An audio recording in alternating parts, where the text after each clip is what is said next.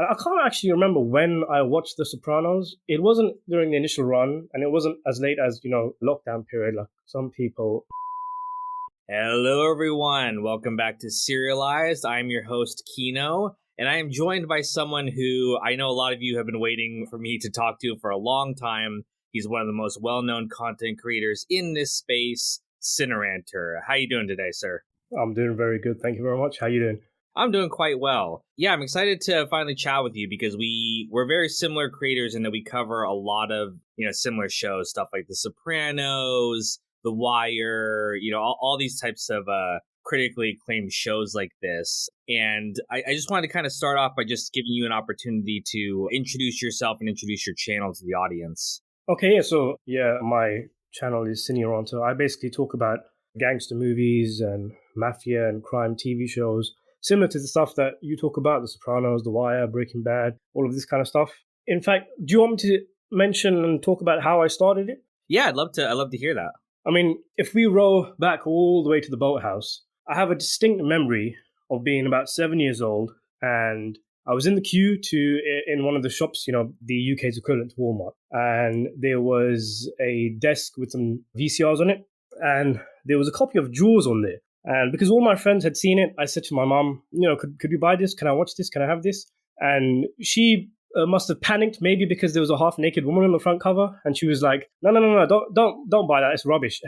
Hey, let's buy this. And it was a copy of James Cameron's Aliens. And bearing in mind, I'm 7 years old. So I did watch it, and I was horrified by it, but at the same time, I was mesmerized because it raised the bar for what I now knew movies could do. I didn't realize a film could be this good. And I had a similar experience maybe a few months later when my mom told me about this film called The Good, the Bad, and the Ugly. Oh, it's about, three cowboys. They're chasing some gold. One of them knows the name of the grave where it is. One of them knows the name of the graveyard, etc., etc. And then one day it was on TV and we all gathered around and watched it. And it was exactly the same. It was like it raised the bar for what movies could do for me. And then after that, I kind of went down a discovery by myself. I found The Godfather and all the mob movies. And I started finding different film genres and all sorts, Italian giallos, spaghetti westerns, film noir, all of this kind of stuff. But my big problem, and I was probably a teenager by this point, and my big problem was that nobody around me had the same interest as me. Anybody who does like movies, it'll be something like Fast and Furious or Transformers. I know that's a cliche, but it is kind of true in a way. And I'm not trying to sound like, I'm some, I like some, all these la-di-da films and whatnot. But that was my problem. And I found this forum online because I was desperate to, talk to somebody about these films. It was the IMDb message boards. Did you ever use those? No, I mean, I know what IMDb is, but I never was on those forums. So, yeah, I mean, I used to love being on there. Even when I was at work, I would be just like on that forum. But one of the best things about it was that there was a dedicated forum to every single film that was essentially ever made, everything that had a title on IMDb. So you could pick up a conversation that had been running for 10 years on Aliens or whatever. But then IMDb got bought out by Amazon, and then they closed down the message boards. And still today, there is no equivalent. Reddit, whatever. Amazon. Yeah. And again, so now I'm back in the same boat. And I tried a few different things. I tried a vlog, I think, but that just kind of felt like I was talking to myself. And then this is where the YouTube channel comes in. I started talking initially about all sorts of different stuff. I think I've got videos on Mad Max and Star Wars and Aliens and all this kind of stuff. But by sheer coincidence, the thing that I liked to talk the most about was also the thing that was most popular and was gaining traction on my channel, which was Martin Scorsese's The Irishman, which was a few years away from release. So I started to talk about that quite a lot. It started to draw people to the channel, and then the film came out, and the channel got a big bump, and then I started to kind of expand a bit more. So now we're not just talking about The Irishman, we're talking about Goodfellas now. Now we're talking about The Godfather. And I can't actually remember when I watched The Sopranos. It wasn't during the initial run, and it wasn't as late as, lockdown period, like some people. All right, everyone, we had a slight little technical issue. We had to move over here to Zoom, so audio might sound a little bit different. But you were telling me that you started watching The Sopranos during this time, right? Yeah, maybe 1 or 2 years after Gandolfini died. And then obviously, I think I initially watched it because of Frank Vincent. I was not really interested in television. I had no idea where to begin with TV. And I just had this assumption that, movies are going to be better than television. But I think I watched it because Frank Vincent was in it. I heard he plays a big part towards the end. I liked him from Scorsese's movies, and then obviously I watched it, and it had a huge impact on me. I began making videos on it and whatnot, and somewhere along the line, I think I asked my subscribers, what should I watch next? And there's a few things came up, and one of them was obviously The Wire. Yeah. And I was very lucky that immediately after The Sopranos, I watched The Wire, and I just thought, even now, I think nothing comes close to The Sopranos and The Wire. They are in their own level. Yeah, there's many other TV shows, but they have dips in quality. Some of them are too short, like Deadwood, for example. I think Deadwood could have potentially been on that level, but for sure. It's that there's 3 seasons, and it's just not enough. Yep. But that's pretty much my channel. Yeah, that it's very similar to my journey. Like, one of the reasons I started this channel was the exact same reason, that I was really obsessed with some of these shows and stuff like that, but I just didn't have anyone to talk to about it. And luckily, there's a huge audience on YouTube who feels the same way. It's like you said, the shows we cover and the movies we cover are not the most popular in terms of, like, it's not Marvel, it's not, whatever the latest thing is, but the people who are really into this stuff are really dedicated. And my audience recommended The Wire to me too. I'd never seen it before, and I checked it out, and I absolutely loved it. So yeah, I always thought, how good can it actually be? I mean, it's a cop show. I've seen a few cop shows here and there. It had like a 9.2 on IMDb, and I was like, how can it really be that good? And the only thing I kind of knew about it was that it told the story from the drug dealer's point of view and the cop's point of view, which I thought, oh yeah, that's interesting. And then you watch one season, and well, at least me, I thought, yeah, it was brilliant. I loved it. Second season kind of threw me, but it was still great. It's one of those where first time you watch it, you're like, what's going on here? Everything's changed. But, in hindsight, it's a fantastic season. Third season just really sets it. The Wire could have been a fantastic 3-season show, in my opinion. It's the fourth that I think that just launches it into the stratosphere. Yeah. I mean, it was incredibly ambitious and risky. I mean, half the main cast they've gotten rid of. Avon's no longer in it. Stringer Bell is dead. All of that, the Barksdale crew is out. They've essentially kind of started afresh. These side characters like Marlo and Proposition Joe have now been put to the forefront. They've added kids, which brings about all kinds of risks. What if one of them goes through puberty and you have to restart? What if they're not good actors? They don't carry it. Imagine, the very idea of having a show like The Wire and then thinking, fourth season, we're going to just push out all of these established actors and characters. We're going to start focusing on kids. It's bizarre. McNulty, I know he's not the main character, but he's the closest thing to it, and he's already in this season. We focus on the mayoral campaign and essentially a special needs class. It's kind of crazy that it was not just a success, but at least in my opinion, I'm happy to hear what you think. I think it's the best season out of all of them, to be honest. Oh, for sure, it's the best season, and you're right. It is so shocking because on paper, all those things don't make sense, and in fact, HBO originally wanted to end the series after season 3. They're like, well, you finished the story of the Barksdales. What's the point of continuing on? Especially since The Wire never had particularly good ratings. It was always kind of this more niche show. But yeah, I think the change up this season, more than any other season, we're really taking a departure from the usual cops and drug dealers storyline that they've been doing here.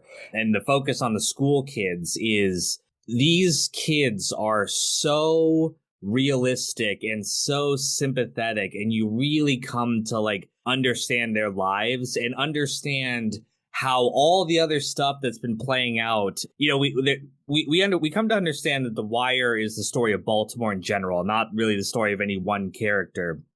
And the things that are happening, they have, effects beyond just the cops and the drug dealers. It affects, the dock workers, and it affects the politicians. And now we're seeing how it affects the schools and it affects the school children. And I think that change up there allows them to explore the kind of the social fabric of the city here in such an in-depth way that, it's season 4 is the best season of the show by far. I completely agree.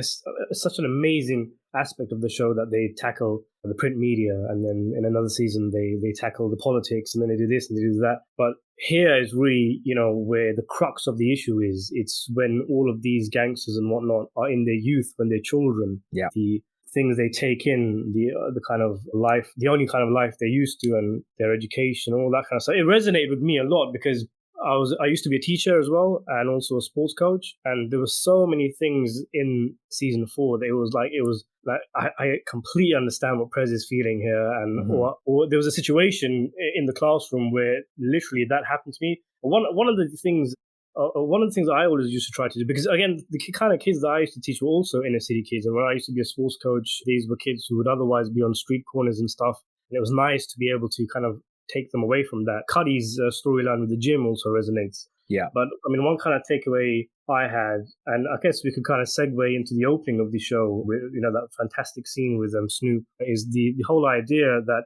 this kind of standardized education doesn't work. You have to tailor it to an audience. And there's a lot of talk of that in in The Wire, when Prez is talking with the higher ups and whatnot, and the juking the stats, as he puts it, and whatnot. But that scene with Snoop, it's almost like a sequel scene to a scene in season 1 where Wallace is educating one of the young kids, and he just doesn't get it, the homework. And then he speaks to him in a way that he would understand it. In other words, using drugs and the street corners as an example and whatnot, and it hits him. And so, I mean, it's beyond words, to be honest, season 4. Like, again, if HBO had finished it at 3 seasons, it would have still been a fantastic show. But the comparison I would make is, again, Deadwood, where that potential would be gone to just launch it into the stratosphere with The Sopranos. And I think those two just kind of operate in their own space. Yeah, absolutely. I think that, these kids, they're not stupid, right? We come to really understand they have different personalities, they have different ways of kind of handling the world here. But like kids like Michael are really smart. Kids like Randy are really smart and entrepreneurial. They're just in situations where a lot of times they can't express it the right way, or there's these outside influences like Naaman's family who are pushing him in a direction that he's just really not suited to go. And that influence as an educator there. Obviously, Ed Burns, the series co-creator, was a cop for a lot of his life, but then he went and became an inner city school teacher too, just like Prez. And so he brings all that expertise to the show, just like he did with the cop aspect of it. And I talked about this last episode, but Bunny Colvin is my favorite character on the show. I love that guy. I love what he stood for when he was a cop. And again, we're seeing the kind of parallels here with the police departments, with the city hall, with the school system, where they're focused on just all the wrong things, just focused on the numbers, focused on juking the stats. And again, he tries to do what he did in the police department, which is like, let's actually solve the problem here. Let's not just, chase our stats here. And again, it really, while it works, it doesn't, the higher ups don't like it and they don't support it. So it's really heartbreaking to see, see it go down the way it went down. But it was also really cool that he, got to have an influence on this one kid, Naaman Bryce, who you really come to sympathize with this kid and realize that, for all his bluster, this is a scared kid just trying to find his place in this world. Yeah, I think by design, he's actually the least likable of the Boys of Summer. Yeah, for sure. And least deserving. But when you rewatch the show, it all kind of clicks. You realize that he's just acting out. He's playing a part. He's playing a character that he feels he's supposed to be as a result of, his mother and his father. And I mean, ultimately, it does also highlight the luck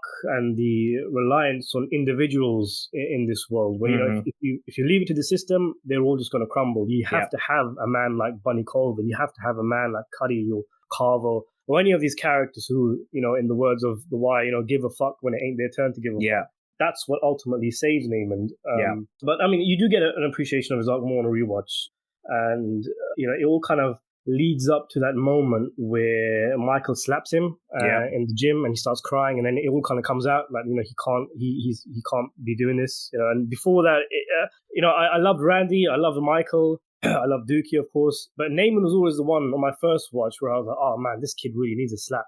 Yeah. And then when he gets the slap, then all of a sudden you're feeling sorry for him, and you realize, what. And even before that, because we don't actually know for a good few episodes, if I remember correctly, that he is Weebay's son. Yeah, we don't know that. He just kind of comes across as this, like this really egotistical little guy. He bullies Dookie for no reason and whatnot.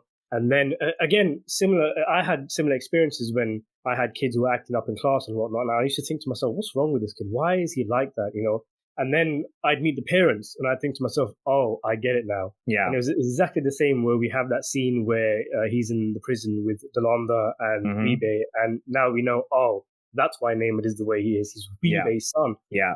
Yeah, Weebay is a really interesting character because we follow him in season 1, obviously, and he's this a likable guy, but definitely a cold-blooded killer and murderer and stuff like that. And we see him a little bit in season 2 and 3 in the prison, but he's very much one of those just like kind of like the gangsters in The Sopranos, like a background kind of mobster just there for the hits. But this season, he's a bit of a stock character, isn't he? Yeah, exactly. Season 4 gives him this really nice little arc. I read somewhere, I don't know if this is true, but I read somewhere that it was offered to the actor who played Avon Barksdale. But to be honest, I actually prefer it being Weebay. Oh, for sure. If it was Avon, it would be a little bit too on the nose. It would be like, right, this is a really obvious attempt to get the main drug dealer of the first 3 seasons back into the show with the storyline. Oh, he's going to have a wife now, and all of a sudden he had a kid nobody knew about.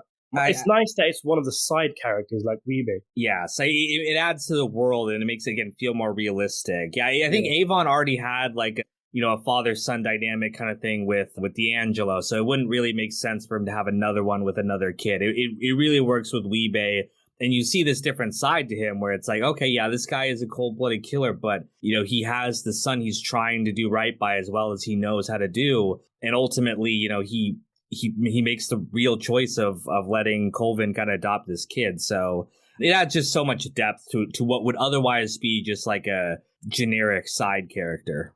Yeah, I mean, that final scene where he talks to Delonda, I mean, it speaks a lot to how he's kind of reflected in prison, when he says something like, who would want to be in here if they could be something else, something like that. And also it kind of made me see Delonda, not necessarily in a different light, but I kind of appreciate her a little bit more because he essentially threatens her life, in this scene. And you see this kind of fear in her, and maybe even a little hint of her being turned on. And you can kind of see that, it's not just someone like Naaman who only has experienced this life and he's got a certain way he needs to be or he's been told. It's also her, she doesn't know anything different. She kind of reminds me of Livia in a way where I remember David Chase was saying that he thinks Janice was a worse person than Livia because at least Livia didn't know better. She came from, that kind of culture where Janice experienced more of the world. Delonda was like that. She hadn't experienced anything else in the world. She only knew that. That's the yardstick by which she measures everyone, why she shuts the door on Dookie and whatnot. But I'm not saying that she's a sympathetic character, but again, it's just one of those things about The Wire. Every character feels full, feels realized, and many of them have their little moments where, as much as you hate them, you think, oh, right, that was, a little bit of a tick against that character. Yeah, absolutely. I mean, they all have just so much depth to them, even in the small amount of time that we see them. I mean, is there any character in the show who is just evil from beginning to end? I mean, even like the Officer Walker, like someone like that, I would be interested in seeing, what kind of upbringing did he have? The whole thing about characters turning into other characters. Could he have been maybe a Randy, who was just bullied in youth and now he takes it out on the streets? I mean, even he gets one moment where Omar asks for a phone call and McNulty looks at Walker and Walker nods. I mean, I guess that's his moment. I couldn't. Yeah, it's a one little moment of niceness. One tiny moment. Bubs' attacker. He's probably the only kind of main or side character I can think of who is really just, awful all the way through. And I liked the fact that he doesn't really get a close-up in the show. You never really get a close-up of his face. It's almost like he's a specter, like some kind of abstract demon that represents just obstacle after obstacle whenever Bubbles tries to better himself. I mean, he gets really taken to the gutters this season, Bubbles. Yeah, Bubbles goes through so much this season. And I love talk about another moment that really humanizes a character when he's confessing in jail and he pukes on Landsman. And Landsman's not a terrible guy, but he is one of those guys who is going to play the stat game. He's going to do what he has to do. And he gets this really humanizing moment where he's like, let's throw this one loose here. Fuck the stat. In this one moment, he chooses to do the right thing and not chase the numbers. So again, that's another beautiful moment like that. I mean, honestly, I made a video a while ago, and I actually call that the best moment of the show. I just love that, you can see Bubbles is, I mean, Bubbles doesn't even tell the full story, but you can see it touch his landsman in a way that we would have never expected. He just shuffles his way to the other character.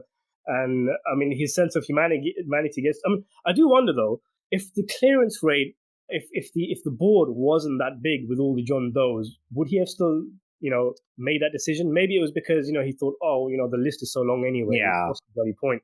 But I mean, I don't want to take anything away. That scene was absolutely fantastic. One of my favorite scenes in the entire show. Oh, for sure. It's one of the greatest. And that's a great lead in, too, to also talk about the other kind of storyline that's going on here, which is the continuation of the politics that we saw in season 3. So we have, Carcetti running against the mayor. And I know a lot of people don't like Carcetti, like they don't like him personally, but I really found his storyline so fascinating, where he starts out this guy who does genuinely try to do good things. He does want to improve the city. Is he ambitious? Sure.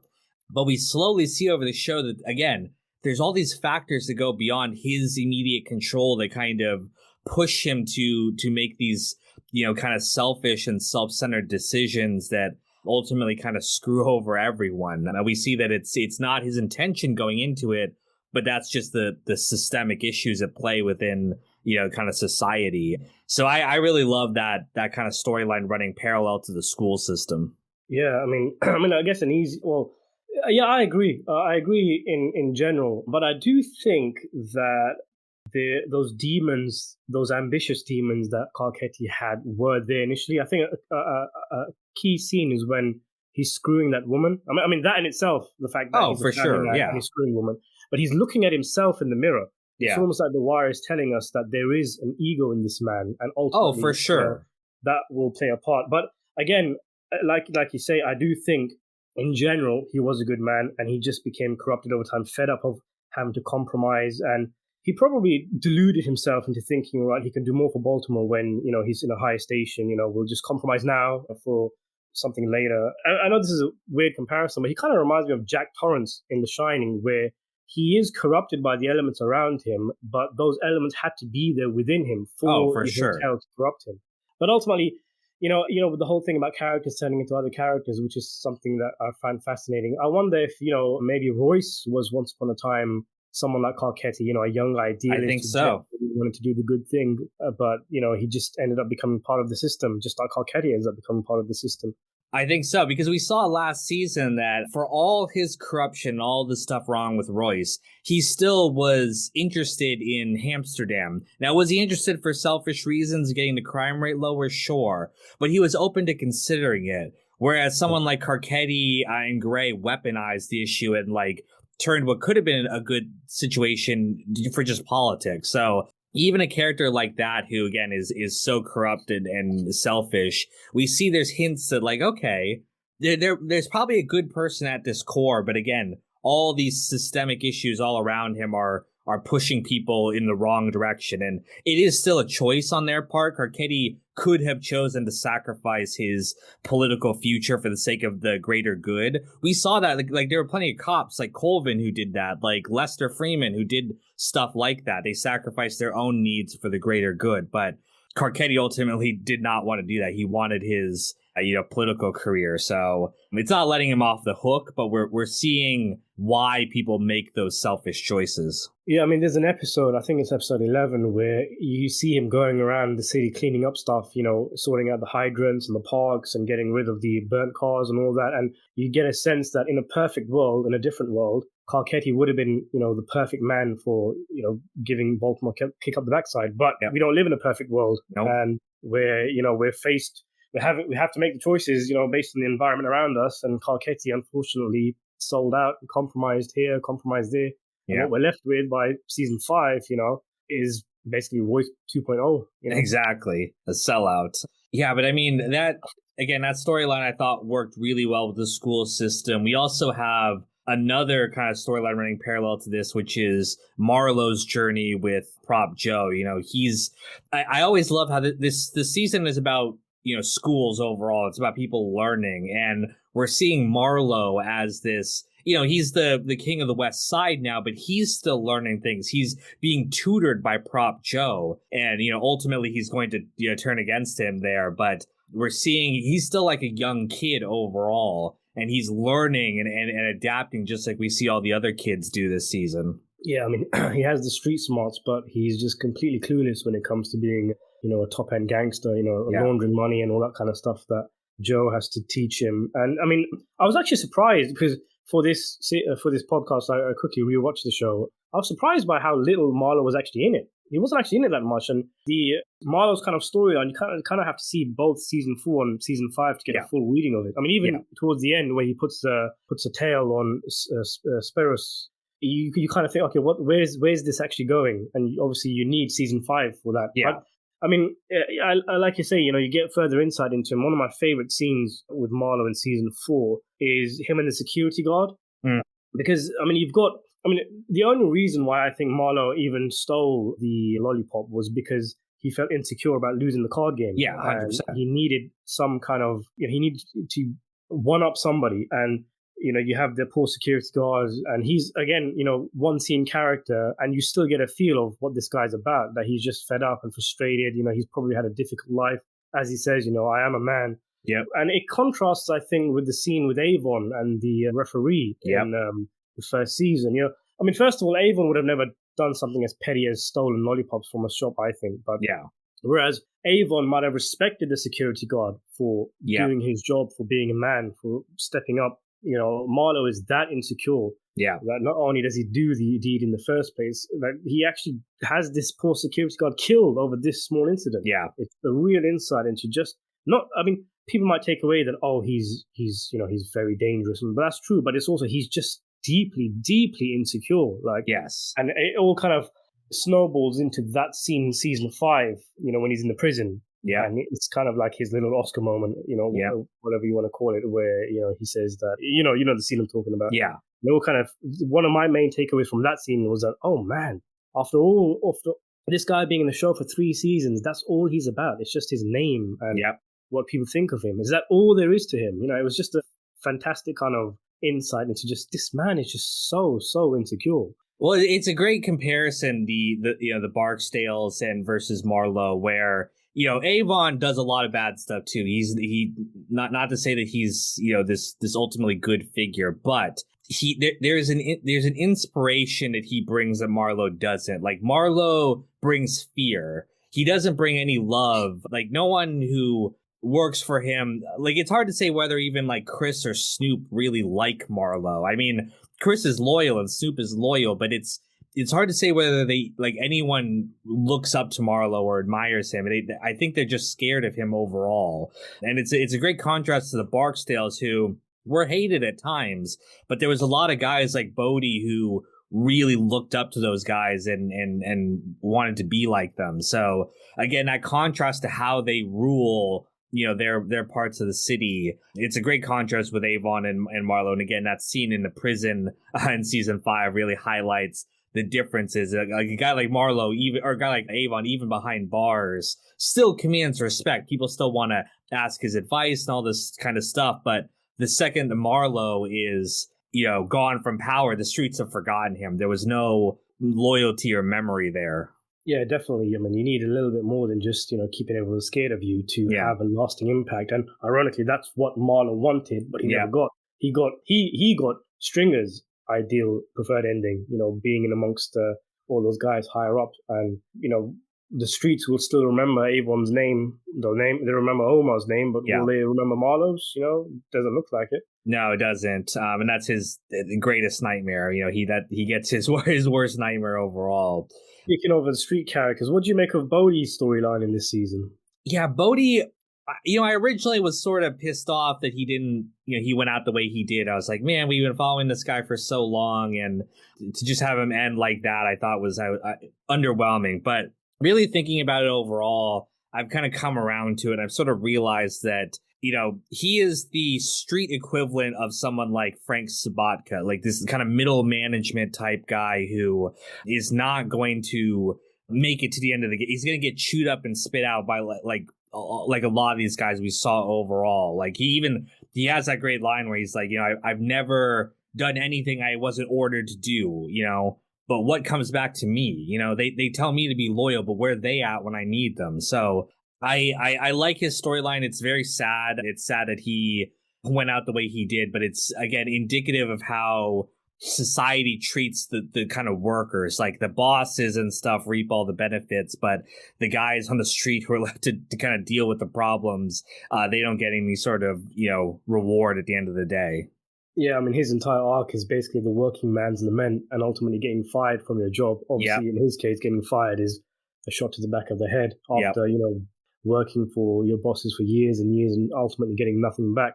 I mean, I found his storyline really powerful this season. Yeah. I mean, I feel like we always have to caveat every conversation about Bodie with the fact that we have to acknowledge that, yes, he did kill Wallace, but there's stuff that you can say about that as well. But when he got shot and he was lying on the floor, and they hold that shot for a good few seconds. It's like they know that we've seen so many characters die in the show, but this one is going to feel a bit different. Yeah. And I didn't realize how much I liked Bodie until he died. Yeah. I didn't think it would hit me as hard as it did. Because, I mean, there's always been something quite playful and likable about him. I do think if you picked him up and, he was born in a different environment, you just kept him in somewhere, decent, he would have a much different life.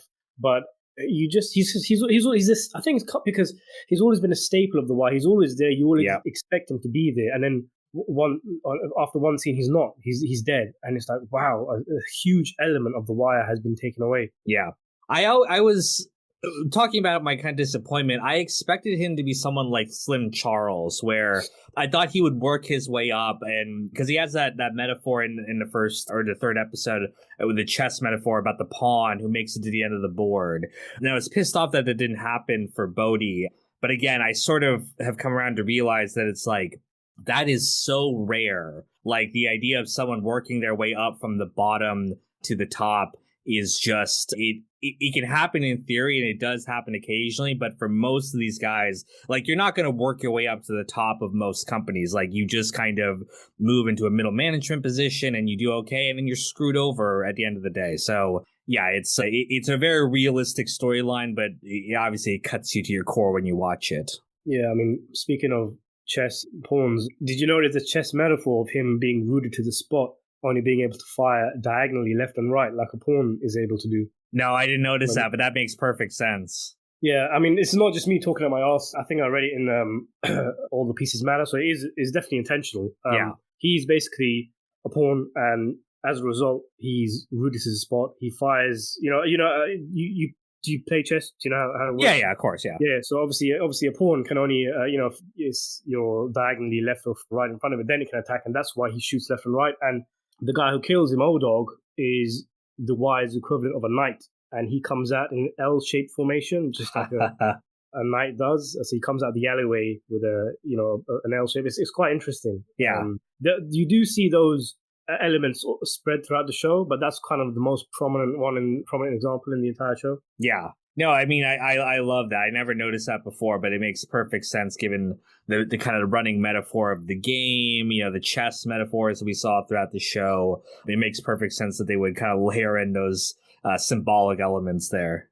Did you follow this traveling ring in the season? It's quite interesting because you have Oldface Andre has it initially. Oldface, yep. And then Marlo takes it. Yep. And then Omar takes it from Marlo. And then Walker takes it from Omar. And then Michael takes it from Walker. Yep. And then hilariously, Marlo sees it on around Michael's neck, and he asks him where he got it from. And he never really he never kind of elaborates. Yeah. I always kind of wondered what Marlo was thinking in that moment, seeing as though Omar was the last person to take it from him. Surely he can't think that Michael actually took it from Omar. No, I think he's just impressed by this kid. They from the first interaction when he refuses to take the money, and then when he's kind of he looks back at Marlo without any fear. He's just impressed by this kid, and they're thinking in their head like, man, we could use a kid like this that we can train from a young age to be loyal to us. Like another Chris or Snoop, like just a cold-blooded killer who will follow us and do whatever we want him to do. But the problem that we see later on is that Michael is not just one to follow orders. He questions, he does his own thing. And I think he's impressed by this kid's tenacity. He's like, I don't know how he got this ring, but I know it involved something, and that's why I think he lets him keep it afterwards. It's like, keep it, kid. This is your trophy now. Yeah, and I mean, we perhaps expect Michael to become like Chris because obviously he's pally with him and whatnot, but he ends up, becoming Omar, which kind of gives you a little bit of further insight into Omar because you think he knows so much about the way all the different drug groups operate and whatnot. He must have been part of one at one point, and that makes complete sense. But that honesty was one of my favorite things about the show, where it's like the show acts as a prequel for certain characters and a sequel for other characters. Oh, yes. Look at Dookie, his ending is so sad, but there's a glimmer of hope only because we've seen another character, Bubbles, go through all of the horrors of being a drug addict, and we hope that Dookie will become like Bubbles and he will eventually get his happy ending. Yeah. I mean, yeah, we don't know if it'll ever happen, but yeah, obviously he's mirrors Bubbles. We have Michael mirroring Omar. We have Randy seeming like he's going to become another, like these hardened guys, like a Weebay maybe, or someone like a soldier, because he's been chewed up by this, system. And when we see him again in season 5, he's not the chubby little kid anymore with the smile. He's muscular, he's grown up a little bit, and he's tougher, and he's kind of more cruel now because he has to be. So continue. I was gonna say, even someone like Naaman, we get hints that he's gonna be a politician like Clay Davis. They even had that same line where he's like, if a motherfucker's giving his money away, like I'll take anyone's money if they're giving it away. So there's a lot of parallels there. I don't think a lot of people like the idea of Naaman becoming a Clay Davis, but it does make sense. It makes perfect sense. Yeah, he would have had knowledge of the way the street works. But because it's like Naaman gets a happy ending where he's doing good for the world, but you kind of think to yourself, yeah, maybe Clay Davis at one point was like that too, and he ends up getting corrupted. So I mean, I also don't like the idea, but you can't ignore the fact that it's almost staring in your face. And Randy as well, he was my favorite out of all the kids. Oh, for sure. I loved how much of an entrepreneur he was. He had a beautiful smile. He had such warmth and color about him in spite of the environment he was in. And then it all goes so wrong so quickly for him. And like you say, that scene in season 5 is devastating. He looks hardened. It's a completely different. You can see the pain in him. Yeah. I like you say, maybe he ends up just like a random soldier who'll get lost in the system, end up dead on a street corner like Bodie. Bodie's grandmother says in season 1 that he was always angry. Yeah. And, Randy's now like that. But there is, when he goes up the stairs after meeting Bunk, he turns around, he looks at him, and there's almost like a knowing look as if, I'm hoping, this is the only kind of hope I can get from that storyline is that he kind of knows he's playing a part, that this is what I have to be now. Yeah. This is the way I have to act. But deep down, that lovable little child is still there somewhere, hopefully. Yeah. And, sorry. I was just saying, we saw in the show that characters can change. It's rare, it's not the majority, but people like Cuddy can break out of their system and if they make a choice. So it's left open to each character to basically be like, well, are you going to continue on with what you're doing, or will you make a different choice this time around? I mean, I loved Cuddy's entire arc. I mean, it's not season 4. I think it's season 3. But when he has to go through all that red tape to open the gym, and he thinks it's going to be something simple. I literally had that experience in my life where I used to help run this community center for all of these kind of inner city kids and whatnot, and I saw that a lot of other community centers, they had football teams. So I decided to do soccer, and I decided to start a little thing where we do it on the weekend.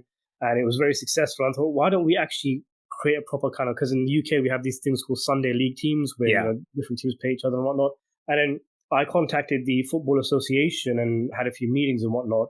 And just like Cuddy, there was just so much red tape that I had to go through. And at one point I was essentially threatened because I hadn't done even though I had a coaching badge, I hadn't done apparently the safeguarding course that was needed to coach children at that age. So I was basically told that if you don't do it, if we see you coaching children, you could get arrested. And it was like, where's all this come from? How has this all gone wrong so fast?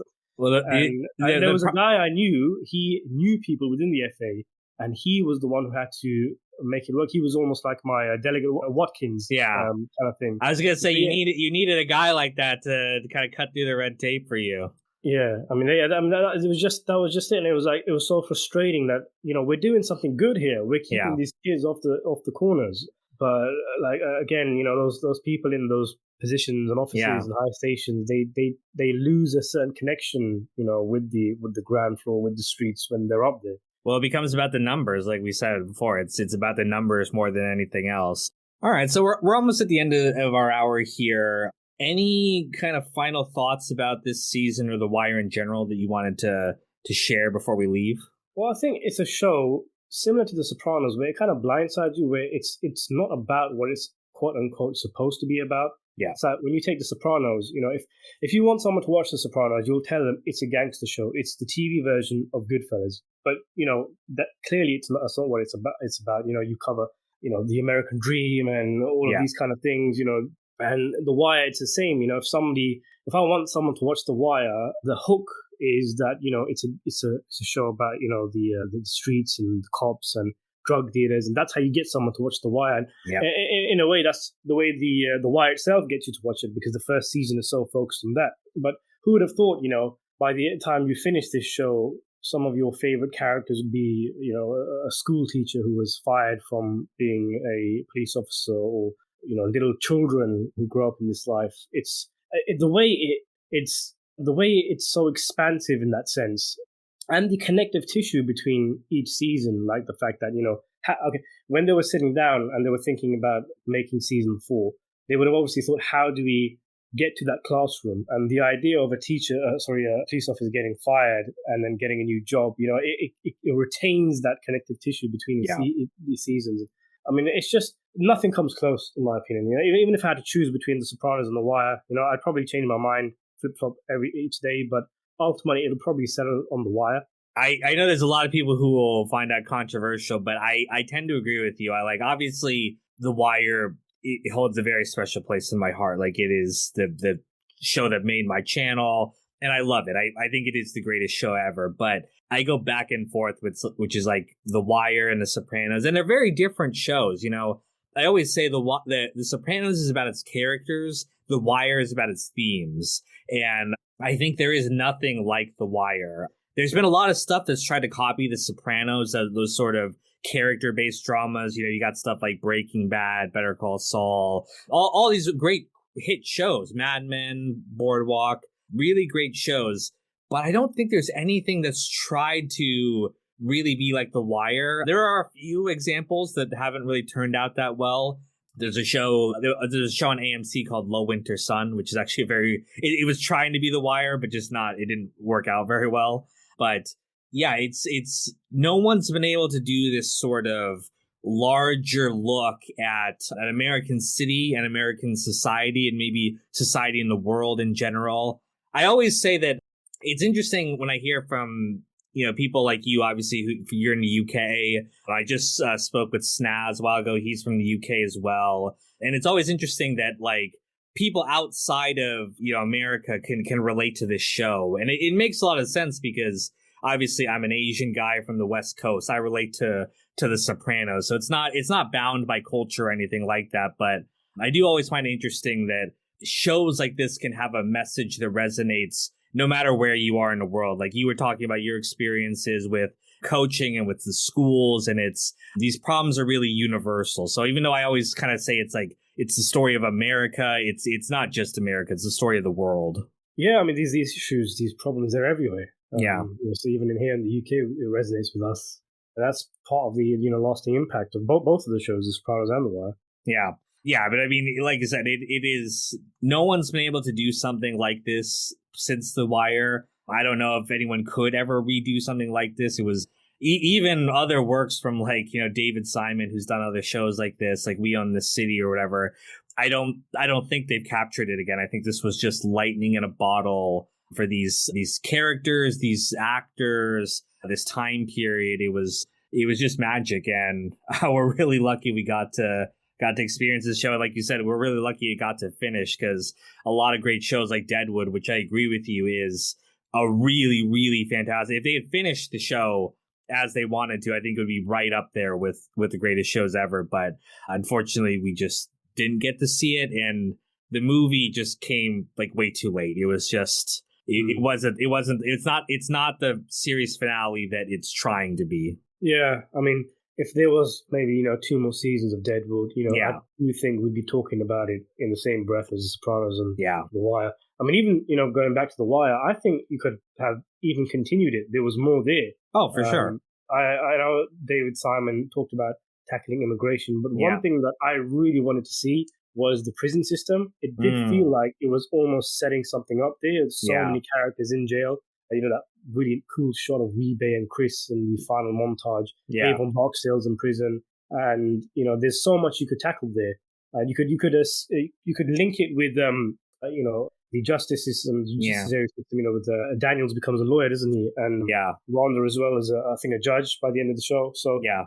there's so much more. I mean, there's so much more you could do, but obviously, as Simon said, they had to fight tooth and nail for even just getting 5 seasons. So we should count ourselves lucky, really. Yeah, and like I said, I think that ending it where they did, and season 5 is not as well regarded. I think it's the weakest season overall for many reasons, but ending it where they did, I think, was the perfect point, which is like the story is going to keep going on. It's sort of like The Sopranos, with that, the story never ends. It goes on and on and on, and we see that life is going to continue in Baltimore, right? Like some of these characters died, some of them were fired, some of them are going to keep going on, but it's like life keeps going on no matter what, and we're just not necessarily going to follow it anymore. But still, just one of the most season 4 is one of the most perfect seasons, not only of The Wire but just of television in general. It is just a flawless masterpiece of a season that I had a great time chatting with you about, because this is an awesome season. Yeah, definitely. It shouldn't work, on paper. It just shouldn't work. These are wild, crazy ideas that they've had after 3 brilliant seasons of this show. But not only does it work, it's like you say, the best season of the entire show, one of the best seasons of television ever. Yeah, for sure. And I wanted to just thank you for coming on this podcast. I know there's a time difference. I appreciate you taking time out of your day for this. I wanted to kind of use this podcast as an opportunity to kind of foster some more community between the people who do what we do, which is, these deep dives on, these critically acclaimed shows, these movies, these more niche topics like this. So guys, definitely check out Cineranter's channel. I'm sure you've heard of it. I'm sure you've watched his channel, but if for some reason you haven't, go check it out. I'm going to link it in the description of this video, and stay tuned for more episodes of Serialized coming soon.